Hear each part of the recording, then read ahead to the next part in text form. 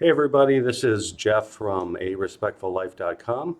Some of you might recognize me from the seminars that we've done at the Ypsilanti Senior Center. I also have been in the community for over 10 years living in Pittsfield Township, and I had a restaurant downtown Saline, the Downtown Diner, and then we turned it into Smoked Barbecue. And then after a couple of health events, I changed the way that I ate, lost over 150 pounds, and have done a number of heart healthy cooking demonstrations in the community, both at the senior center and then at the community education center and for the Saline Farmers Market. So if you care to join some of those groups, we do a monthly potluck when the pandemic's over, of course. And you can visit those groups at pbnsg.org and join one of the small groups for a monthly heart-healthy plant-based potluck. So today I'm going to share with you one of the most popular recipes on my blog at arespectfullife.com. I was calling it Chef Jeff's Ultimate Cherry Chili or Ultimate Rich Chili, and because it was a cherry chili and used Michigan cherries in it, I changed it to a Michigan Cherry Chili. Very good, very well balanced recipe. You can spice it up a little bit if you want. You can add to and take away what you don't prefer in it. But overall, it's very popular. Everybody that's tried it just thinks it's the best chili recipe that they've ever had. So I'm going to share that with you today and show you how very easy it is to cook healthy and to have a very rich, hearty meal that has absolutely no saturated fat and no oils in it. So good for type 2 diabetics, good for anyone with vascular disease. And so we'll get started here. First thing that I want to show you, and I'm going to point this down to my cook space, is that I do have everything kind of prepped and ready to go, but I wanted to show you that, it doesn't matter what you use here for beans. I typically use what's available. Someone gave me a whole case of these black beans. I couldn't find the organic chickpeas that I wanted, so we bought some at Walmart. Typically, I like to use the Bush's brand organic beans, and I usually buy black beans, chickpeas, and kidney beans in that. Normally, I'll use a jalapeno in this, but I didn't have any on hand, so what I'm going to use for my tomato, and you can use fresh tomato too if you like, but this is just the basic petite diced. And this one has the green chilies in it, as you can see here. So I'm going to talk a little bit about techniques as well. So give me a second to just slide this over so you can actually see what I'm doing. So one of the best parts about cooking, in my opinion, is the slicing and dicing. I find that to be fun and rewarding. So normally for this recipe I'll use a red bell pepper, but what I had on hand are these really nice baby bells that you can find at Meijer or Walmart or wherever. They're relatively inexpensive, they're nice and firm, and they last quite a long time. So that's kind of a bonus. So I've got my peppers here. I've got usually it's about 4 medium cloves. A couple of these cloves were small, so I did 5 medium cloves of garlic. And do a medium red onion. This one's a little big, so I'm not going to quite use all of it. I'm going to set this aside. But I want to show you a good way to cut onion so you don't cut yourself. First thing you do is you cut it in half, and you lay the flat side down. A lot of people will try and cut rings like this, and what ends up happening is that slips, and then you can cut your fingers, and I've done that, and that's not any fun. So easiest way to cut an onion is in a flower shape.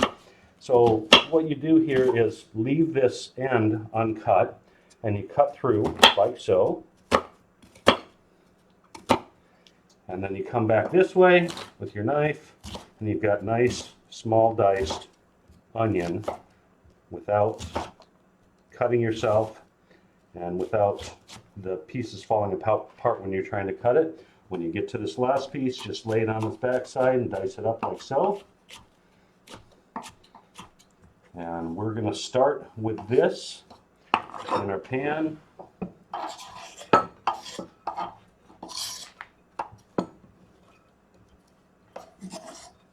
Try not to make a mess on the floor here. So one of the things that people don't realize is that you can saute without using any oil whatsoever. This is a Scan Pan brand hard anodized, so it's not Teflon. It doesn't flake off.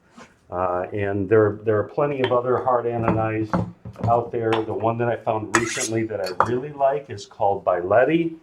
And with any nonstick pan, if you scorch them, you're going to ruin them. So you do need to be careful of that. So when you saute, I usually keep a little bit of water nearby.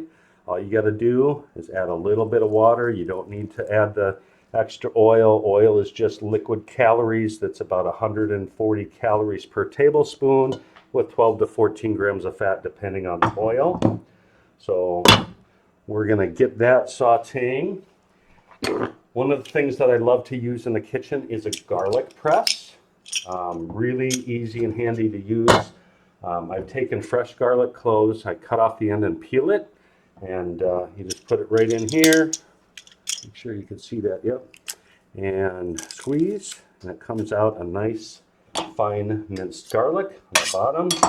You can keep adding to this.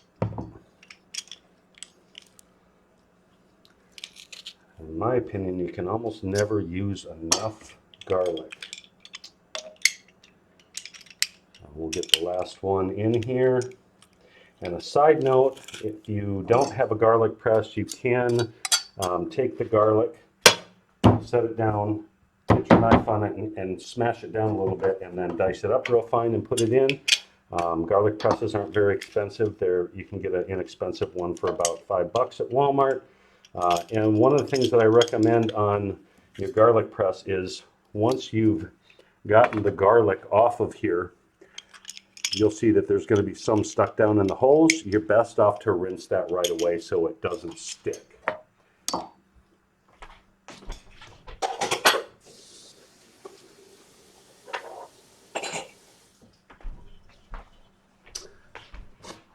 So I'm going to move on to a little bit of this pepper here. There's no perfect way to slice it. You're just trying to get some fairly uniform diced pieces.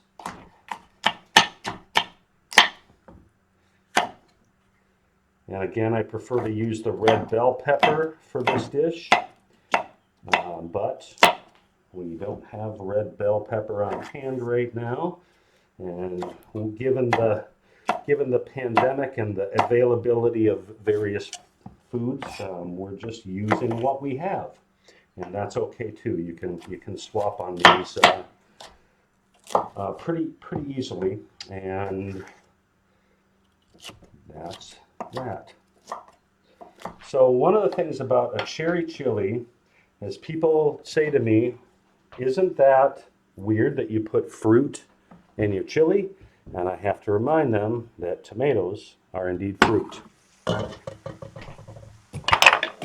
So we're going to get these softened just a little bit.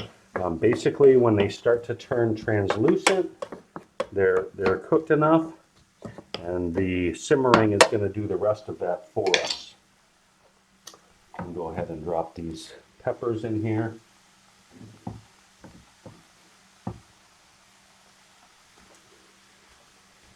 Add just a touch more water over here and let that simmer. Now, as far as spices are concerned, normally I would use a small can of tomato sauce, but we happen to have some fresh tomato sauce that came out of the garden. We had a bumper crop of tomatoes last year, so I'm going to use the homemade tomato sauce in this. It's primarily tomatoes, a little bit of garlic, a little bit of oregano, so basically the same thing that's in chili. So in this recipe, it's a couple tablespoons of chili powder, 2 teaspoons of ground cumin, a teaspoon or so of oregano, depending if you like the real aromatic. I tend to use a little bit more than that, and a little less than a teaspoon, about 3/4 of a teaspoon of smoked paprika. And then depending on if you want it spicy, you can add a little bit of red pepper flakes, crushed red pepper flakes, or you can use cayenne pepper, you can use black pepper. Kind of depends on your preference. I'm going to use a little bit of red pepper flake in this. As you can see here, the onions are getting nice and translucent, so we can start adding some of our other stuff. Now with the tomatoes, all the liquid contents go in right with it. 2 cans of tomatoes, 3 cans of beans. This makes quite a bit, but one of the great things, you can always cut the recipe in half, but one of the great things about cooking in larger portions is then you can portion it and freeze it.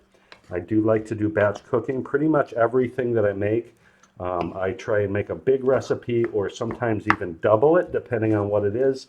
And that way you don't have to cook every day, and those days that you're too tired or the days that you just don't feel like cooking, or you've had other things going on, or you're busy, you can take it out of the freezer, throw it in a microwave dish, or put it on low on your stove, and you have your soups and your chilies and your different things straight away.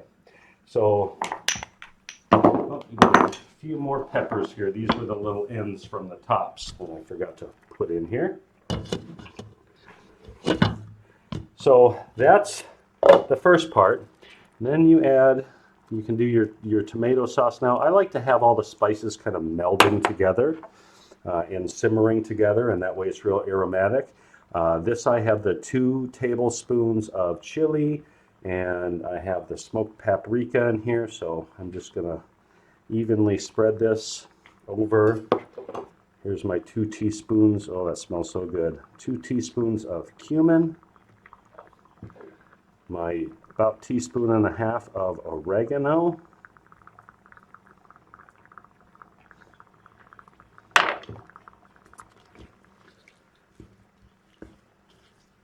and stir all these spices in here.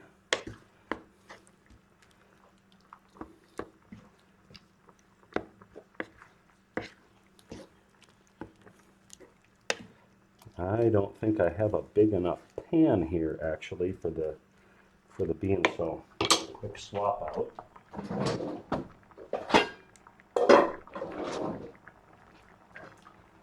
I use quite a bit of onion and the tomato sauce in here, so I'm just going to swap that over real quick.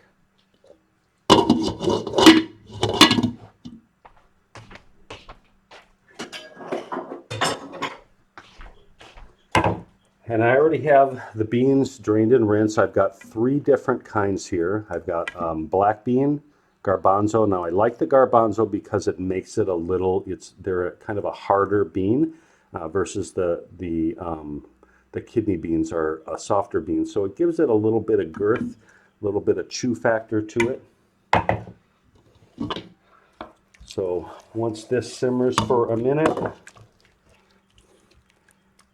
you can throw your beans in. You can do it at the beginning or at the end. The beans can get just a little bit mushy if you add them too soon.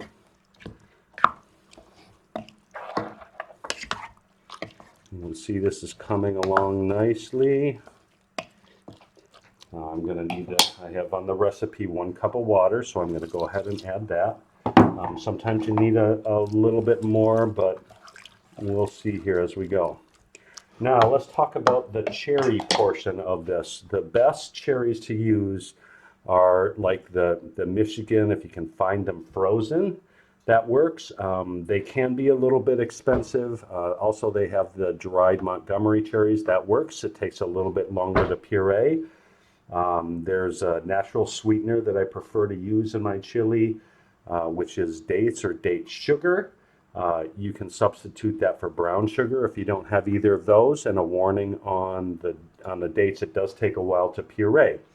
So alternatively to the cherries, you can use strawberries and it gives it that sort of sweet, fruity flavor.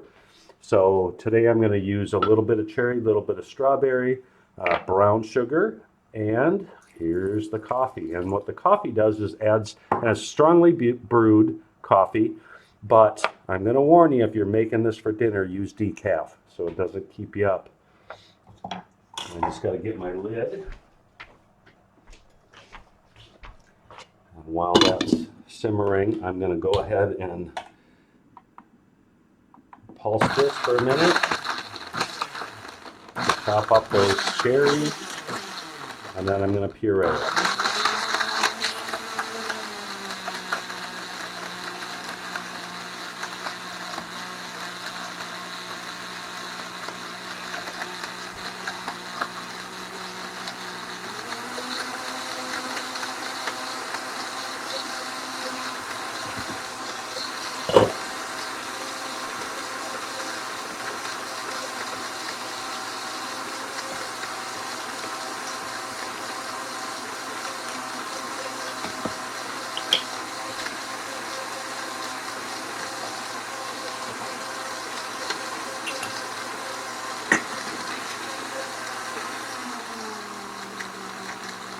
And what I'm waiting for here is for the chunks to get a little bit smaller, so we don't have the chunks of cherry in there. So we're pureeing it.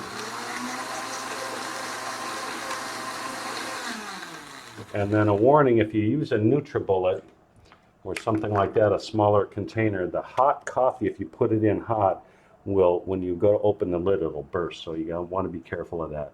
So you can see this is nicely pureed. It's going to add a real richness to the chili, give it a little bit of natural sweetness, and then we're just going to let this simmer. And when you serve it, it's going to thicken up just a little bit. Being that I use the tomato sauce, it's going to be a little less thick than I personally prefer. Other people like theirs a little bit more liquidy like this. I prefer my chili a little bit more thick, and the tomato sauce helps that. If you want a real thick chili, you can also add like a mesa flour to it. You want to put it in a bowl and whisk it, and you can make a real thick, hearty chili that way as well. So that we're going to let simmer until the peppers are soft and all the flavors are sort of meld in, and it'll be ready to go in a half hour. You can let it go longer if you want. You can, I think chilies and things with tomato sauce are always more flavorful the next day. So that's my personal preference is leftover chili. I think is delicious. So we're going to be doing a short series here of these cooking demonstrations. Everything's going to be very heart healthy, very hearty, very satiating. We'll talk about satiation. I'll talk a little bit about weight loss and things like that.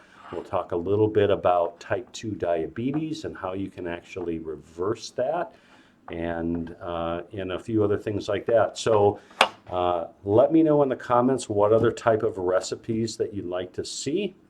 We'll go ahead and try and accommodate that. I'll put a link to the recipe in the info section, and your senior center leader will also send the recipe in PDF format to you, so you're welcome to print it out and use it that way. It has instructions on it.